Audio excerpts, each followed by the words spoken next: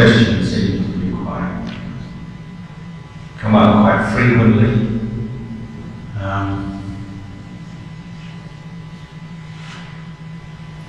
The Buddha encouraged us to associate with good people, wise people, people with sila, with moral values. People with kindness in their heart, with metta. That's the aim when we have a choice. Sometimes in life we don't have so much choice. So say for instance with our family, we're born into a family and we're related through family, so parents, brothers, sisters, we have to accept them and accept that we'll be living together maybe for many years, and even if as we become adults we separate, then we still have that connection. With work, as long as you're in a job, well, you have no choice but to associate with the people at that workplace. And some of them may be well-behaved, some not, some well-intentioned, some not. We have to accept in society it's a mixture of people. The world is made up of many different kinds of people with different backgrounds, different levels of understanding of the Dhamma, and there's no way around that. So when you're at work, you don't choose the people that you associate with so much because it's a job. You go into that situation. So we have to be realistic. Probably any workplace is going to have many of the similar conditions. There'll be some people we get on well with and are easy to get on with. Others are not so easy to get on with. That's part of life, so we have to learn how to be patient with those ones who are difficult, maybe rude, or try to take advantage of us. So our first practice is patience, acceptance of the way they are, not because we're being passive or giving in, but it's very difficult to change other people. And if you're in a situation where you can't choose who you associate with, then the first duty maybe is to look after your own mind. So when we practice patience, we're learning how to be patient with difficult external conditions or people, so as not to create suffering internally in our mind. And that is why we practice metta and patience, to keep our own mind in a good frame, with skillful thoughts and wholesome states of mind. But of course, if you're living or if you're working with people who are difficult day in, day out, then it's quite a challenge. And so you might find sometimes you lose your metta, you lose your patience, you feel frustrated, want to give up. And that's quite understandable. But over time, I guess you have to weigh up how bad it is. From workplace to workplace, you probably find not a great deal of difference. So before you rush to leave the job because you find the people difficult to live with or work with, remember that fact. You go to a new place, you may encounter the same kind of difficulties. Of course, if someone is really harming you, you're doing something against the rules, the regulations, the laws, well, there are things we can do to protect ourselves in the workplace. And sometimes in the extreme situation, we have to pursue those sorts of methods to protect ourselves. But if it's on a more normal level, what you might call the niggling level, which is frustrating, annoying, but the people are not doing anything that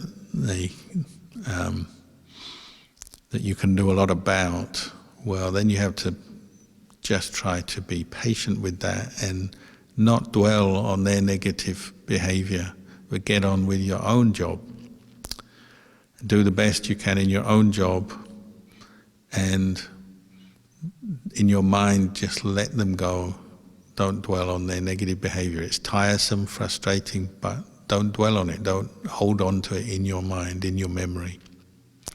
That's your aim. And so you need mindfulness to do that as you're working with them, and that your own negative reaction comes up to what they're doing or saying. Try to be mindful of your reactions. You understand where they're coming from, but don't hold on to them. Don't dwell on them. Let them go, let them be. And as you consciously develop metta and karuna, kindness and compassion, you might also reflect that the poor behavior, the bad behavior of those people is actually causing them more suffering, more harm to themselves, both now and in the long run. It will come back on them. And for that reason you can actually feel sorry for them, have compassion for them, even though they're very difficult to be with, I know. But that is the attitude to develop, one of compassion. If there's anything you can do to help them to understand the consequences of their behavior, good. If there's nothing you can do, well, you just get on with your own job and pretty much ignore them, unless they get so bad that you have to seek ways to protect yourself in the workplace. So we have to practice some wisdom here, as well as metta and patience. Use some wisdom to assess the situation and remind yourself of the Dhamma, remind yourself of what you have to do every day, and focus on your job. And if you're doing a job to earn money, to help your family, focus on the good side of what you're doing. Try to do your job well, focus on why you work, the purpose of it, what are you doing with this money to support your family, for your future, your family's future, rather than always thinking about what's wrong with the workplace and the other people.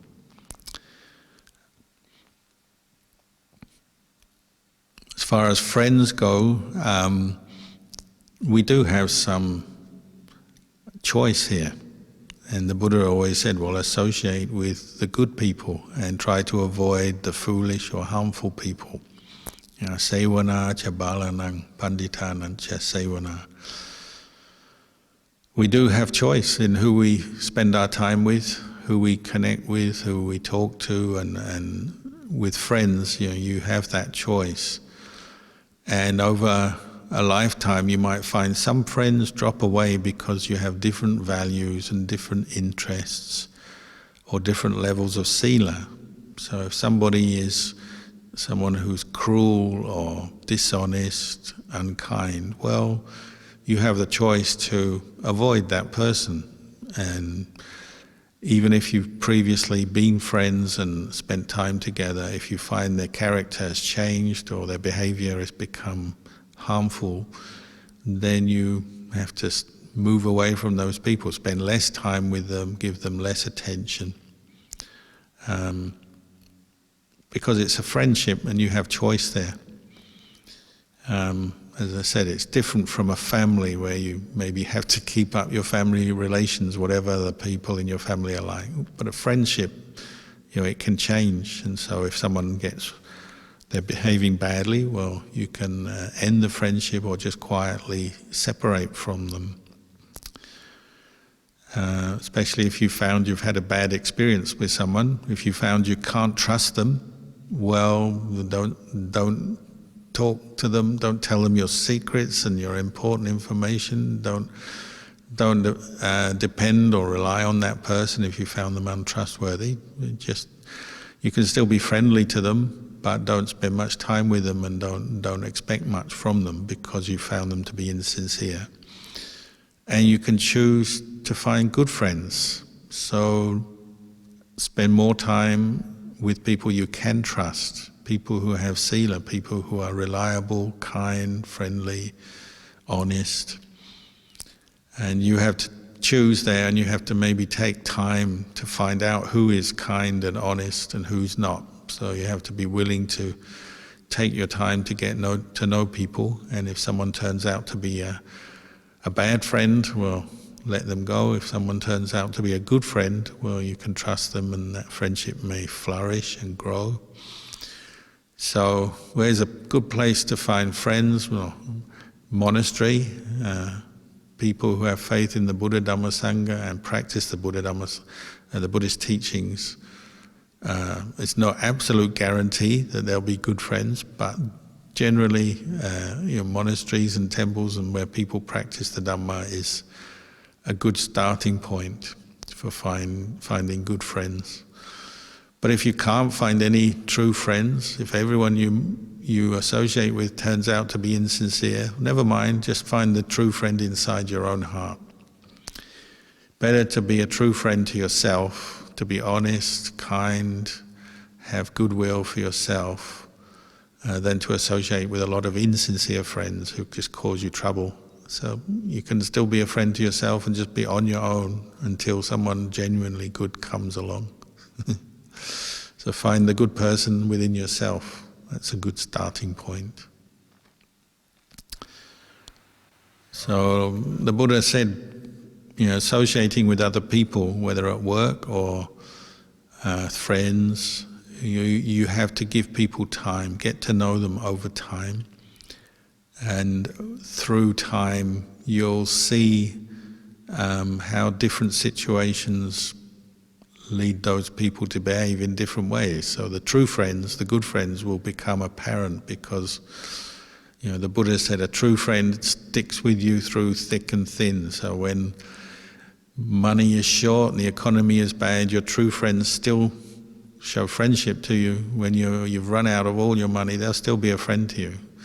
The insincere friend will only be around you when you've got lots of money. When you've got no money, they'll disappear. Same with things like illness. If you're ill, your true friend will still visit you and show kindness to you. Your insincere friend will disappear. Over time, the different situations you face in your life, you'll get to know who is sincere, who's not sincere, and then you should act accordingly and spend time and associate with the sincere ones and just avoid and leave behind the insincere ones.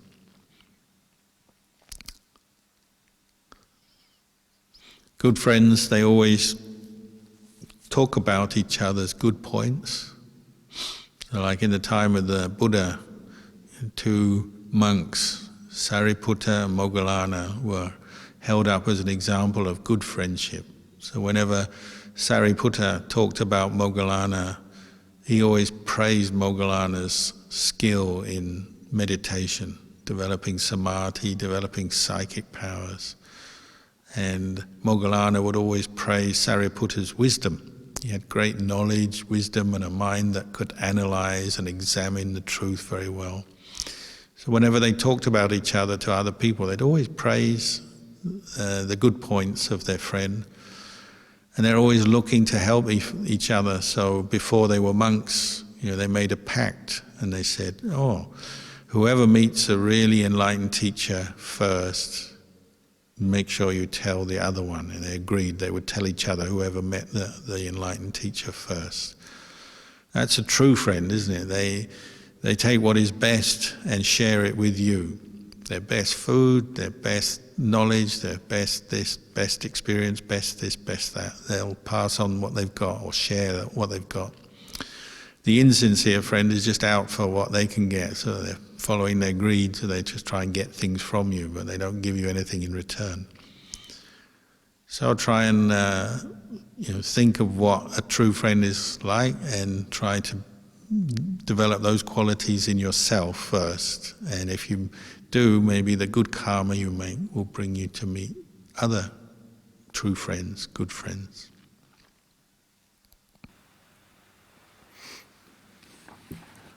Longpa, what is the difference between metta and karuna? Thank you. Well, these two qualities are two of the 4 Brahmaviharas, which are 4 qualities that we develop both as meditations that lead to deep states of samadhi or jhana, and also their qualities or attitudes to develop in daily life, particularly for living in society, mixing with other people. You need these 4 qualities to help guide your behavior, and they're attitudes that you develop consciously. And in the beginning, when we haven't developed meditation and samadhi yet, well, we have to develop the 4 Brahmaviharas as attitudes, the way we think, talk and act in our daily life. They're practices that the Buddha encouraged us to do every day, develop every day.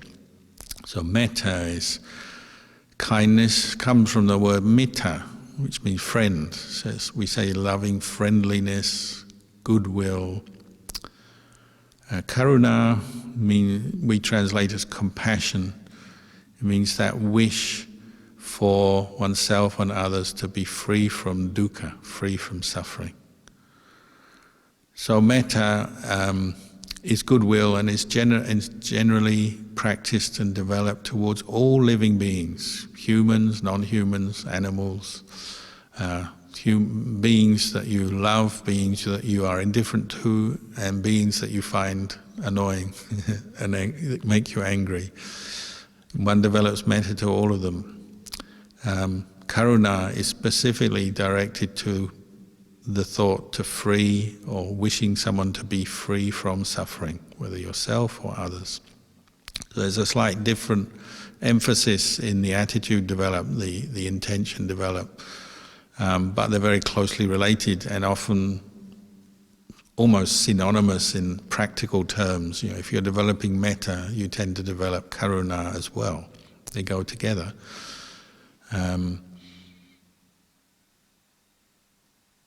The other 2 Brahmaviharas, just I'll add, they weren't in the question, but they're closely related. One is mudita, which means sympathetic joy. So it's that wish for someone to maintain their happiness, the success that they've achieved. So it's the kind of thought you might have when someone's having their birthday, and it's their birthday and they're getting a present or going out for a meal or something good is happening to them. It's that sharing in their happiness, wishing them to maintain and have that success, that happiness. Or if your friend meditates and becomes really peaceful, it's that happiness sharing in their success in their meditation, and you wish that their meditation goes well and continues to be peaceful and successful for them. It's that kind of idea. Upekkha is the 4th Brahmavihara, and this is equanimity, keeping one's mind in the middle, balance towards all conditions in one's own life and in other people's lives. So keeping the mind even in the face of the ups and downs of life, understanding that everybody is the owner of their karma, as we chanted earlier this evening. Every intentional action we perform in our life is karma, and it has a consequence. So wholesome intention leads to a good outcome, a good consequence, or a good result from that action. Unwholesome intention leads on to some negative outcome, some unpleasant or painful outcome. And that's just a law of nature that affects all human beings. So equanimity is practiced when one reflects on karma, one's own karma, the karma of others, and one has to accept if someone has acted unskillfully, well, they may be suffering some pain for that. If someone's acted in a skillful way, it will bring good results back to them. It's just a universal law, and one reflects on that and develops this sense of equanimity, evenness of mind in the face of these truths. So all of these 4 Brahmaviharas one develops maybe in the beginning as just reflections, discursive reflections, using your thinking mind to develop goodwill, compassion, sympathetic joy, and equanimity. But they're also meditation objects, and one can refine them down to a single intention, a single emotion, positive emotional state, so the state of friendliness. The mind, when practicing, say, metta meditation, focusing on the mind state of goodwill, friendliness, the aim is for the mind to merge with that very positive emotion. So it's both a feeling and a thought, to the point where the mind unifies on the object of metta. And at that point, if the metta is strong and the mind is unified, then one will have goodwill for all beings in all directions, in all realms of existence, and whether you like them or don't, whoever you meet, in all directions, your metta would be very natural and sustained.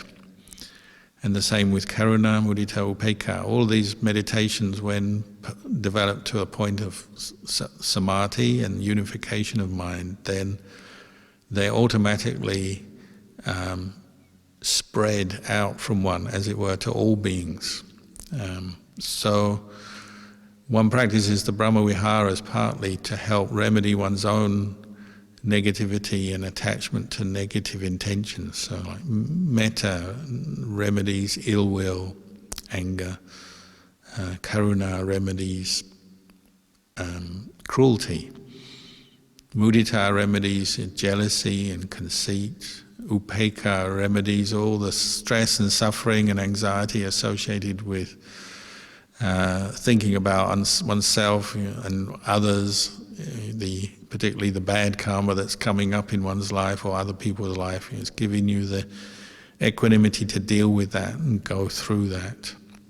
So they're all very skillful mental states to develop. And in the beginning we tend to develop them just for brief moments and then we lose them. But if one meditates on them regularly, then they become much more powerful, positive emotions, and very useful, very skillful in our lives.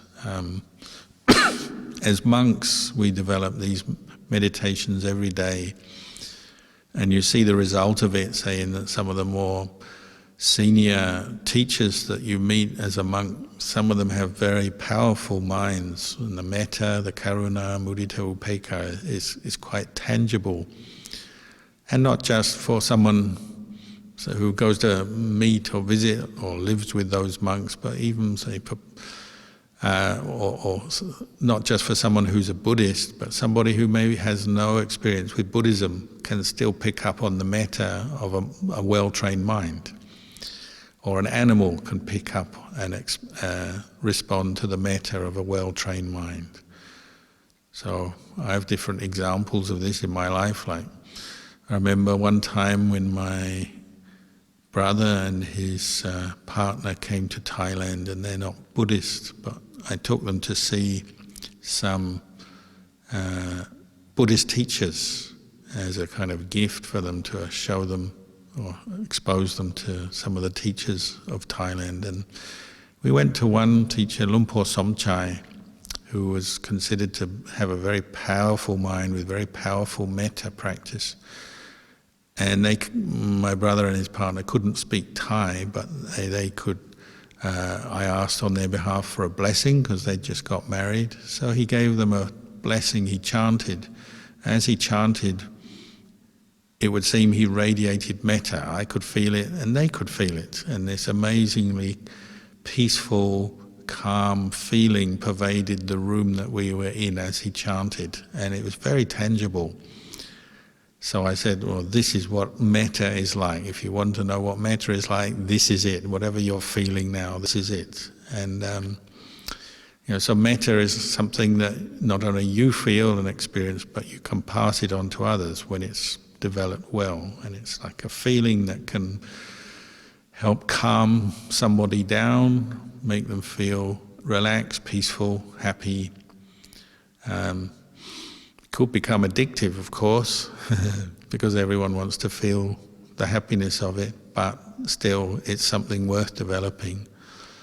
And it purifies the mind, because the more you develop metta, the less ill will and anger you'll have coming up in your mental experience. So the more you do it, the better, the happier you become.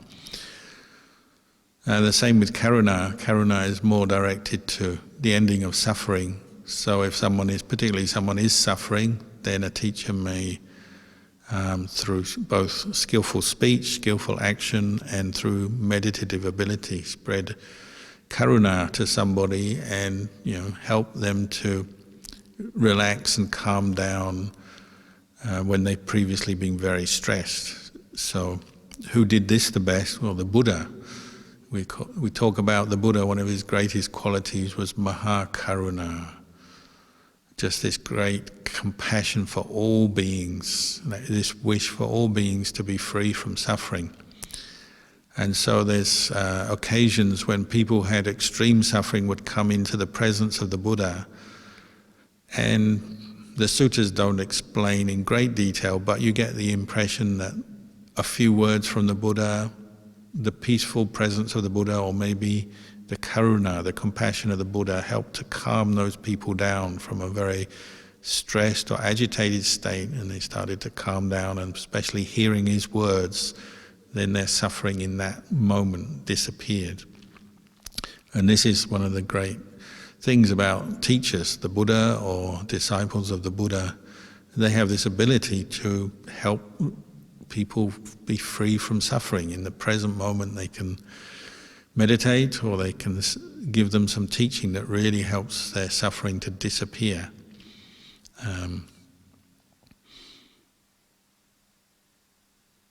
People like Venerable Yasa was one of the first monks who came to live with the Buddha, but he had parents who were very attached to him. And so when Yasa came to live with the Buddha, not long after that, the parents, first of all, they sent servants and associates to come and try and get their son back from the Buddha, because they were missing their son, and he'd gone off to become a monk with the Buddha. They sent people to try and get him back, and those people also got so inspired by the Buddha, they became monks. So they weren't getting very far that way. So eventually the parents came following their son, looking for their son where the Buddha was staying in the forest. And they arrived and they met the Buddha, but they didn't yet know who was the Buddha. So they met the Buddha and they said, "Oh, we're looking for our son, Yasa. We're so worried about him." And the Buddha said, "Well, maybe he's around here somewhere, we'll see. Just sit down to one side and we'll wait and see, maybe we can find him." So his very reassuring words and his calm demeanour, and no doubt his karuna, his compassion, just helped them settle down. They were very agitated, worked up, parents missing their son, but they sat down feeling a lot better. And that gave them time to listen to more of the Buddha's words, and he eventually gave them a talk, got them to the point where they had faith in the Buddha, and they actually, if I remember right, they became enlightened, listening to the Buddha. And then they found their son, but it didn't matter so much because all their suffering had gone. So karuna is like that. It's that wish for somebody to be free from suffering, expressed through body, speech and mind, and all beings, not choosing one or another. So they say when one practices the Brahmaviharas, it's like the moon, the rays of light coming from the moon in the night sky. The light coming down from the moon on the earth doesn't choose where it falls. Wherever there's earth, the light of the moon can light it up. Metta, karuna is like that. It doesn't choose where it falls. It's in all directions to all beings.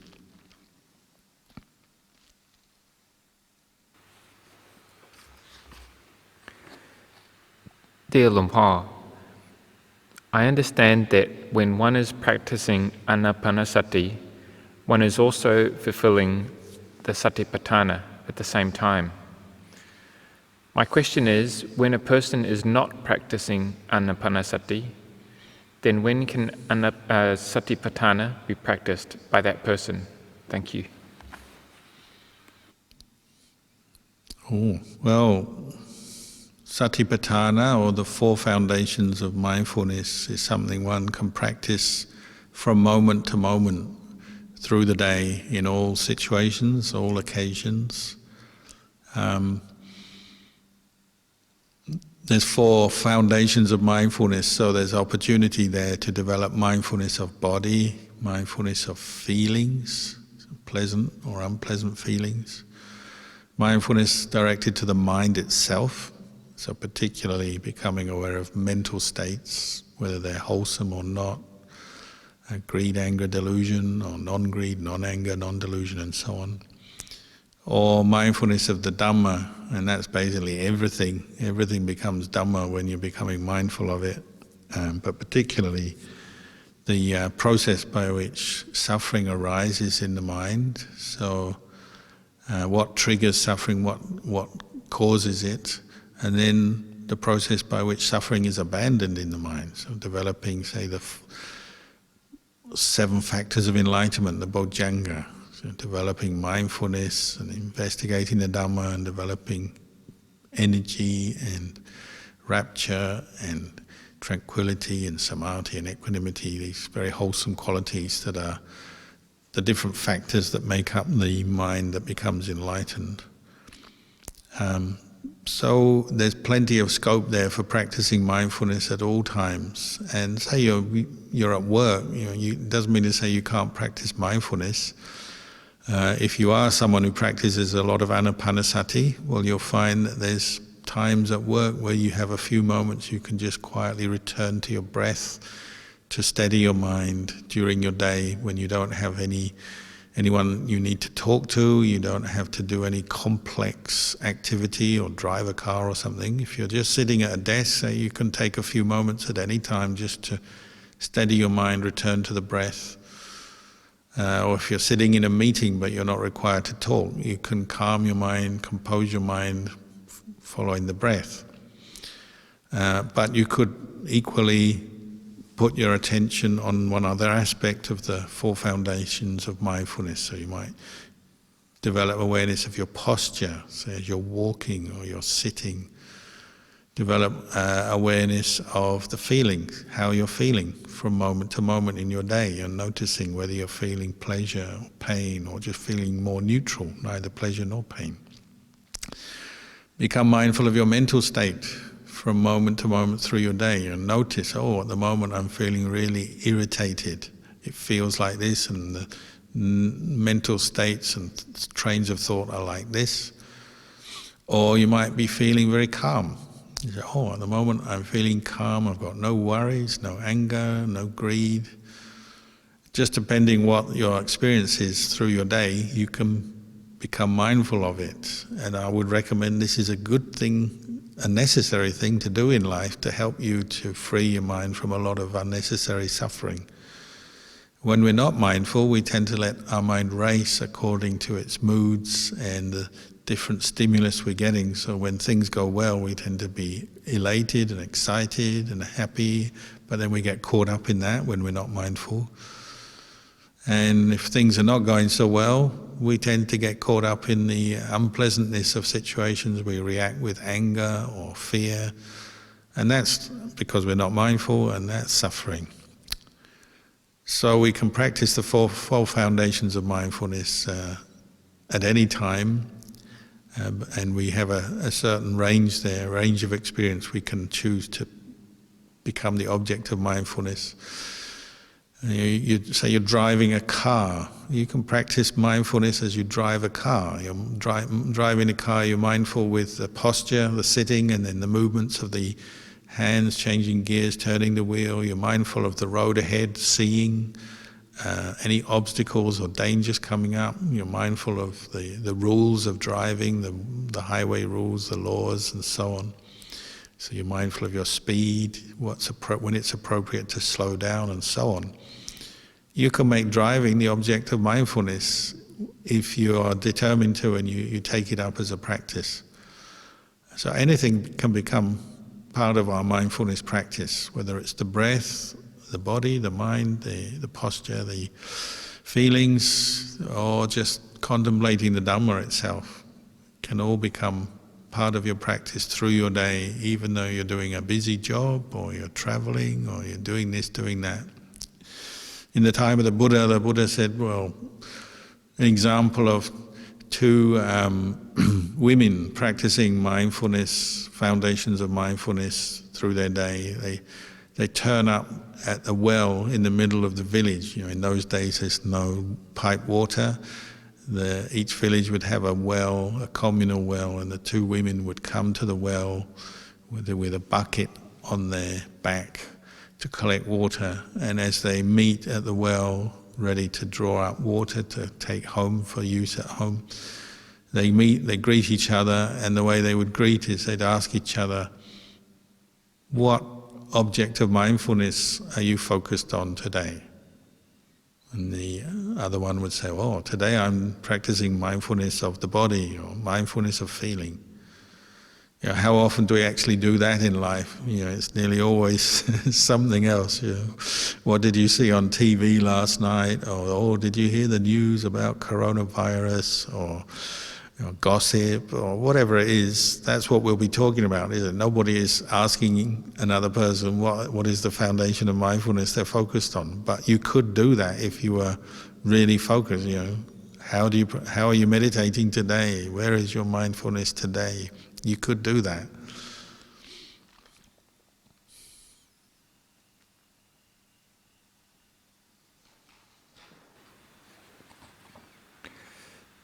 Dear Luang Por, what is the difference between Dhammanusarin and Saddhanusarin? Thank you. I think Dhammanusarin means the Dhamma follower. Saddhanusarin, the faith follower.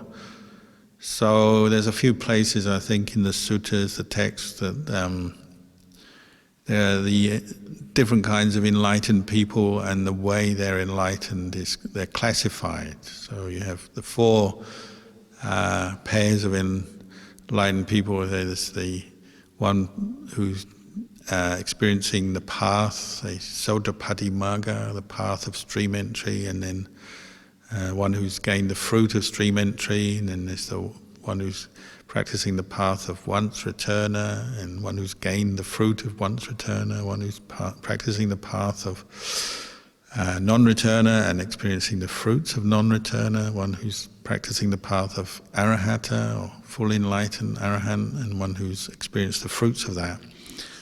But there's also some description of the way people are enlightened. Some are enlightened, focused on the body. Some are enlightened or liberated through faith.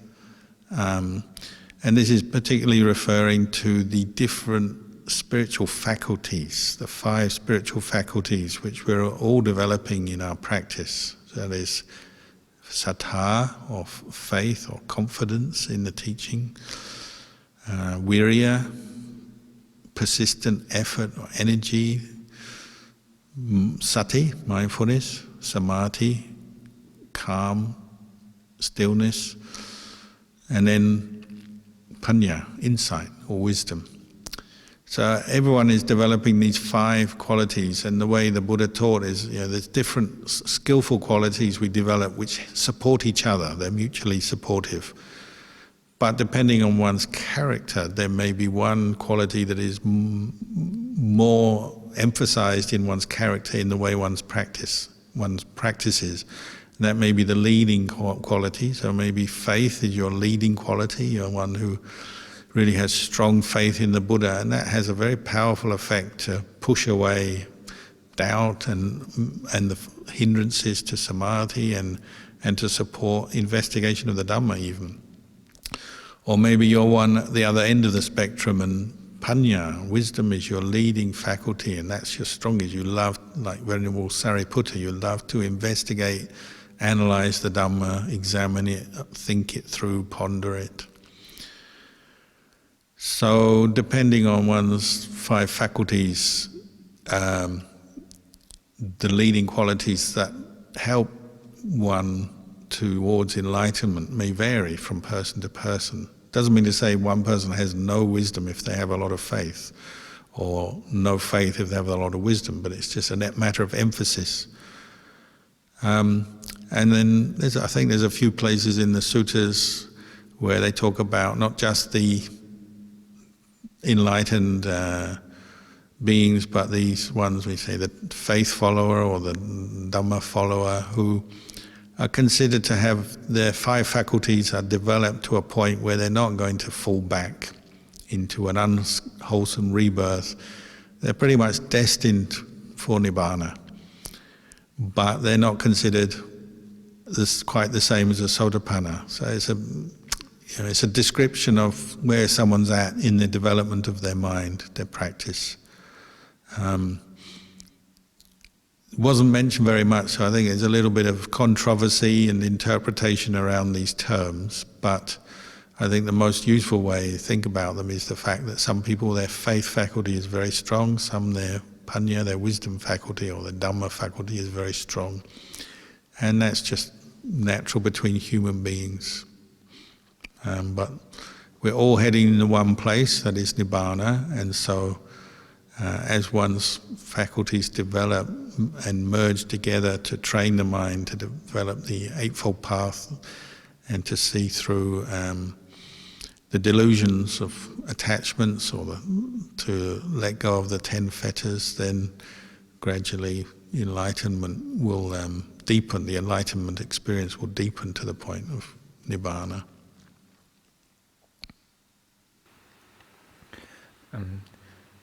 Lumpur, the next question is in Thai. Oh. Put it next to you. I think I have to read this question. It's in Thai. กราบนมัสการพระอาจารย์ค่ะช่วงนี้ได้ทราบข่าวการเสียชีวิตอย่างกระทันหันของหลายคนทำให้อยากกราบขอคำแนะนำในการเตรียมตัวและฝึกใจอย่างไรไม่ให้ทุกข์กับการสูญเสียหรือพลัดพรากจากบุคคลอันเป็นที่รักค่ะเช่นพ่อแม่ญาติหรือเพื่อนสนิทที่เสียชีวิตกระทันหันเจ้าค่ะ So I'll answer this question in Thai first, and then I'll give you a bit of a translation. ก็โยมคงจะทราบอาตมาเองก็เพิ่งได้ผ่านเวลาที่คุณพ่อเสียชีวิตไปก็เป็นธรรมดาทุกครอบครัวก็ต้องมีคนที่เรารู้จักเสียชีวิตเป็นครั้งเป็นคราวอาจจะเป็นพ่อเป็นแม่เป็นพี่เป็นน้องเป็นปู่ตายายเป็นลุงเป็นอา เป็นเพื่อนห่างเพื่อนสนิทก็เป็นธรรมดาของโลกทุกวันในโลกนี้ก็มีหลายแสนคนที่เสียชีวิตไปทุกวัยทุกรุ่นทั้งเด็กทั้งผู้ใหญ่เป็นธรรมดาของโลกธรรมดาของสังคมเพราะฉะนั้นพระพุทธเจ้าเน้นให้เราพิจารณาความไม่เที่ยงของชีวิตของสังขารร่างกายนี้มันก็ไม่เที่ยงเกิดอุบัติเหตุได้เกิดเป็นโรคได้ชราภาพต้องแน่นอนต้องเจอความแก่อาจจะเป็นเหตุให้ตายก็ได้คือทุกคนต้องเจอความเสื่อมของสังขารเป็นธรรมดาเพราะฉะนั้นท่านให้เราพิจารณาความไม่เที่ยงของสังขารทุกวันโดยการสวดมนต์ด้วยโดยการภาวนาด้วยพิจารณาอย่างนี้บ่อยๆทุกวันตลอดชีวิตก็จะสร้างความคุ้นเคยกับความจริงที่ว่าทุกคนต้องเกิดแก่เจ็บตายเป็นธรรมดาให้เราพิจารณาบ่อยๆจะได้เกิดความสลดสังเวชในชีวิตจะได้รู้เราอยู่ในโลกนี้ไม่นานคนที่เรารักก็อยู่ไม่นานเราเองก็อยู่ไม่นานเพราะฉะนั้นเราก็ต้องรีบใช้เวลาให้เกิดประโยชน์ให้ประกอบคุณงามความดีเพ เพราะว่าโอกาสที่จะทำความดีมีจำกัดเราไม่รู้เรามีเหลือกี่วันกี่ปีเราต้องใช้ทุกวันให้เกิดประโยชน์เพราะฉะนั้นถ้าเราพิจารณาอย่างนี้ทุกวันจะเกิดความรู้สึกเข้าใจในความจริงแล้วก็ยอมรับความจริงได้เรายังรักคนที่เสียชีวิตไปจากเราไปเราก็รักแต่ว่าเราต้องยอมรับร่างกายของมนุษย์เรามันก็อยู่ไม่นานพอเขาตายไปเราก็ยังอุทิศกุศลให้เขาได้เราระลึกถึงคุณงามความดีของเขาได้เราไม่ต้องเสียใจมากเกินไปความเสียใจเกิดขึ้นเป็นธรรมดาความพลาดพลาดก็เกิดความเสียใจเราก็เข้าใจเหตุและผลแต่สุดท้ายถ้าเราอบรมจิตใจนี้ด้วยธรรมะเกิดสติปัญญาขึ้นมาใจก็สว่างก็ยอมรับความจริงได้เป็นธรรมดาทุกคนต้องตายพระพุทธเจ้าก็ต้องตายครูบาอาจารย์ก็ต้องตายพ่อแม่ก็ต้องตายเราก็ต้องตายทุกคนต้องเจอความตายเป็นธรรมดาพิจารณาบ่อยๆใจก็ยอมรับนี่ก็จะรีบทำความดีทุกวันSo there was a question about how should we deal with death in the family or when our friends die. Seems to be a lot of death in the world at the moment. What's the best way to deal with this? Because it's so easy to get caught up in the grief and the sadness. Well, that is one of our prime motivations for practicing the Dhamma, is the fact that all of us have to face aging, sickness and death. Every day in the world, hundreds of thousands of people die for different reasons, not just from coronavirus, but through many other illnesses, accidents, murder, suicide, many ways, or just old age. It's normal for human beings to die every day. Of course, when we're attached through love and connection to our loved ones or close friends, it seems more powerful, the experience. But if we develop wisdom through our life, we reflect every day on the impermanence of this body, of life, of the ones we love. One day they will die, one day I will die.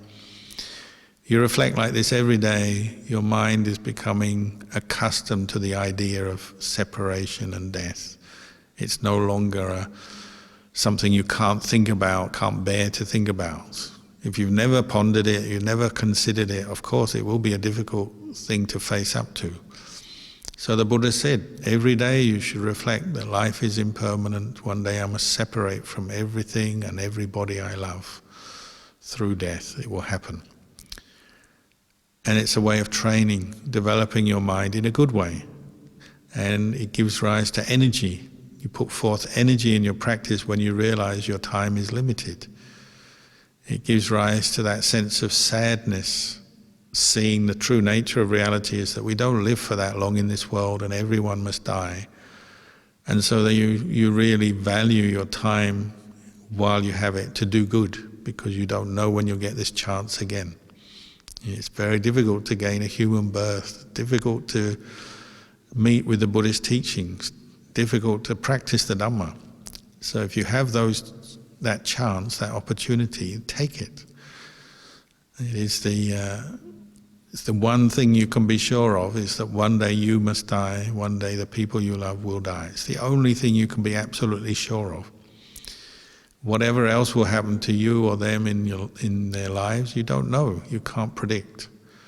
You wish them well, you go back to the Brahmaviharas, you wish them well, you have kindness, compassion, sympathetic joy, but you also have equanimity, and you understand that human lives don't go on forever. I remember living in northeast Thailand for many years, where the villagers are mostly Buddhist, and they come to the monastery each week to listen to Dhamma, meditate, make offerings, and they have very simple funerals there. When someone in the village died, in those days they would have a procession after a few days of chanting for the dead person. They would have a procession where all the villagers or the family, extended family, would walk together from the village up to the forest, and they would have an open-air cremation. And the coffin would be open, and the village would attend from toddlers up to grannies and granddads. People of all ages and backgrounds would come, and there'd be a certain kind of unity of purpose. Everyone would be there to send off the one who has died, but at the same time there's a great steadiness of mind and a great understanding that this is just part of life, just as birth is part of life, death is part of life. So you wouldn't get a lot of wailing and crying. That people would be sad, of course, but people were very balanced in their view, because nobody ever hid death from them. They used it as a teaching, and as the cremation took place, there would be a Dhamma teaching. People will constantly be reminded of the impermanence of life, but they had their faith in the Buddha Dhamma Sangha and their practice of dana and sila and bhavana to buoy their mind, uplift their mind when facing the challenges of sickness and death. And that's the advantage. If you have faith in the Buddha and his teachings and you listen to them and you practice them, it gives you an inner strength of mind to deal with these difficult challenges of life. If your mind is practicing the Dhamma every day, you still have to face old age, sickness and death of yourself or your loved ones, but you have something to meet it with. You have the metta and the wisdom and the mindfulness and the understanding to deal with the suffering of those situations. So I would recommend to listen to the Dhamma regularly, meditate regularly, practice regularly, and this will prepare you for whatever life has to throw your way.